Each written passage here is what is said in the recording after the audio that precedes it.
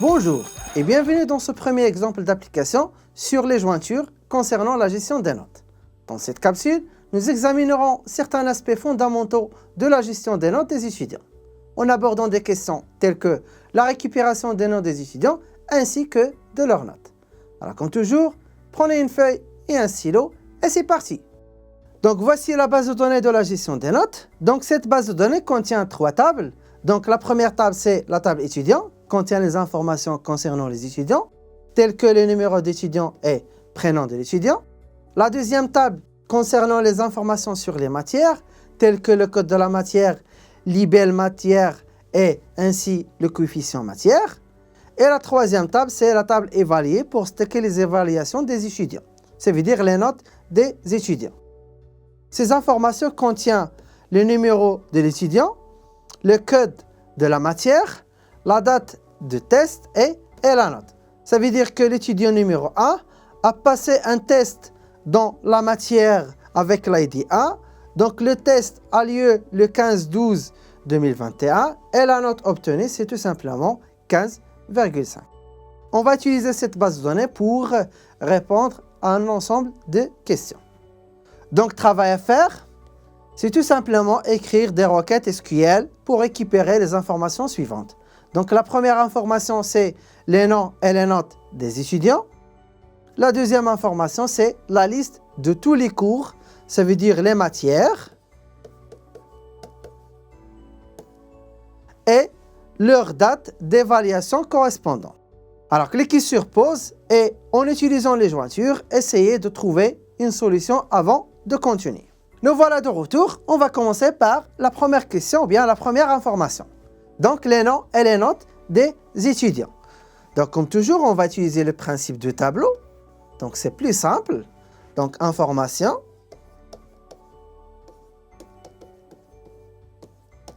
Conditions. Et les tables. Ça veut dire que ces informations proviennent de quelle table? Donc la première information affichée, les noms des étudiants. Donc le nom, c'est tout simplement le prénom. Dans la base de données est stocké sous forme de la colonne prénom. Et les notes, donc la note, est stockée dans la table évaluation. Donc est-ce qu'on a une condition? Donc non. Ces informations proviennent de quelle table? Donc prénom provient de la table étudiant. Et la note provient de la table évaluée. Donc maintenant, on a deux tables. Est-ce qu'il y a une relation entre ces deux tables? Donc la réponse c'est oui. Donc dans la table étudiant, on a l'information numéro étudiant. Et dans la table évaluée, on a l'information numéro d'étudiant. Donc on a une information commune entre ces deux tables. Donc cette information, c'est tout simplement le couple clé primaire, clé étrangère. Donc clé primaire dans la table étudiant et clé étrangère dans la table évaluée. Est-ce qu'on a d'autres informations communes? Donc la réponse c'est non. Donc on a tout simplement le numéro d'étudiant. Par contre prénom, on n'a pas une valeur pour prénom dans la table évaluée. Est-ce que le nom de la colonne est pareil? Donc la réponse c'est oui. C'est N étudiant et dans la table évaluée c'est N étudiant. Puisque le nom c'est pareil, donc on peut établir une jointure naturelle très simple. Donc passons maintenant à l'implémentation. Donc select from. Donc on n'a pas une condition de jointure, donc on va utiliser tout simplement select et from. Donc from la table étudiant, natural join, évaluer. Minuscule ou majuscule, c'est pareil. Donc, évaluer. EV. Et les informations affichées, c'est tout simplement, on va afficher E.prénom. Donc, prénom de l'étudiant. Et la note associée. Donc, EV.note. Donc, voilà. Donc, il faut exécuter.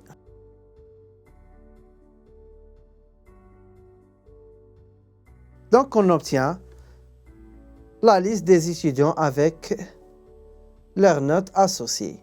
Donc, par exemple, Mohamed a la note 15,5, Omar la note 10, et ainsi de suite. Donc, on a un ensemble de notes associées aux étudiants.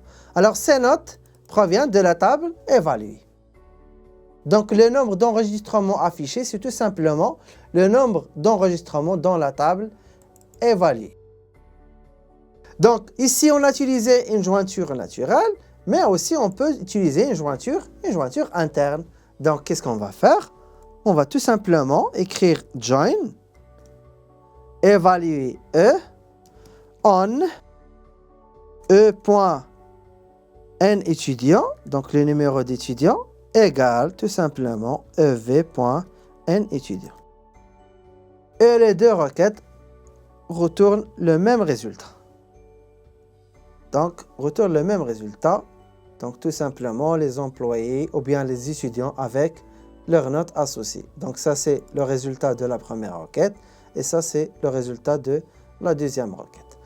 Ici, on peut voir que, puisque le numéro d'étudiant, c'est pareil dans les deux tables, la table étudiant et la table évaluée, donc c'est plus pratique d'utiliser Natural Join dans ce cas. Passons maintenant à la deuxième question. Donc, la liste de tous les cours et de leur date d'évaluation correspondante. Donc, comme toujours, on va utiliser le tableau. Donc, les informations.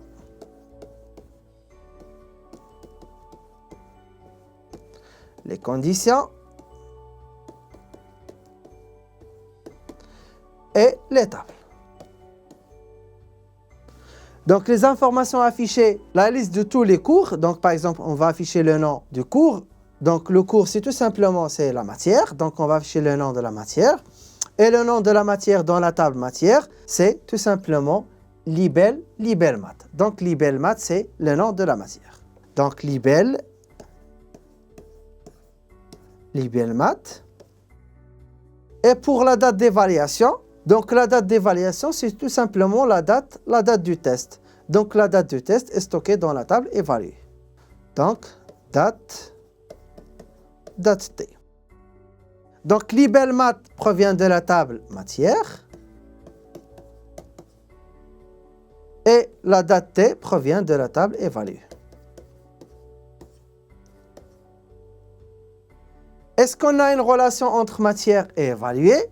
La réponse c'est oui, puisque la clé primaire de la table matière c'est code math. Et dans la table évaluée, on peut trouver cette clé primaire sous forme d'une clé étrangère. Donc code math, c'est le code associé à chaque matière. Dans ce cas-là, le code math ici, c'est tout simplement la clé étrangère. Puisque les deux colonnes ont le même nom, donc on peut utiliser une jointure naturelle. Passons maintenant à l'implémentation. Donc, select from. Est-ce qu'on a une condition? Donc la réponse est non, on n'a pas une condition. Donc from la table matière, M, on va commencer par la jointure interne et puis on va faire l'exemple avec une jointure naturelle. Donc matière M, join évalué, EV, on, m.codemath, c'est tout simplement égal ev.codemath. Alors, les informations affichées, c'est tout simplement libelle de la matière, ainsi la date de test. Donc voilà, on va exécuter la requête. Donc voilà, donc la requête retourne un ensemble de résultats. Donc chaque ligne est associée à une évaluation pour un étudiant. Donc ça c'est une évaluation pour un étudiant X, ça c'est pour l'étudiant Y et ainsi de suite. Par exemple ici dans la base de données, on a 7 évaluations. Donc 1, 2, 3, 4, 5, 6, 7. Donc on a 7 évaluations pour la matière base de données. Pour maths, c'est aussi, on a 7 et ainsi de suite. Donc on peut voir que les résultats sont dupliqués parce qu'on a plusieurs évaluations dans chaque matière. Donc pour éviter la duplication, donc on va utiliser la clause distinct. Donc distinct libelle mat. Et dans ce cas-là, le résultat contient une seule ligne pour chaque matière. Donc voilà. Donc ça c'est une ligne pour matière base de données, une ligne pour maths, système d'exploitation, réseau, management et ainsi de suite. Alors ici pour la jointure, on a utilisé une jointure interne en spécifiant une condition de jointure. Et puisque code maths est unique dans la table matière et la table évaluée, donc on peut éliminer cette condition de jointure et utiliser tout simplement une jointure naturelle. Et le résultat c'est le même. Ça c'est le résultat de la première requête et ça c'est le résultat de la deuxième requête. Donc le résultat c'est pareil, que ce soit en utilisant la jointure interne ou bien la jointure naturelle.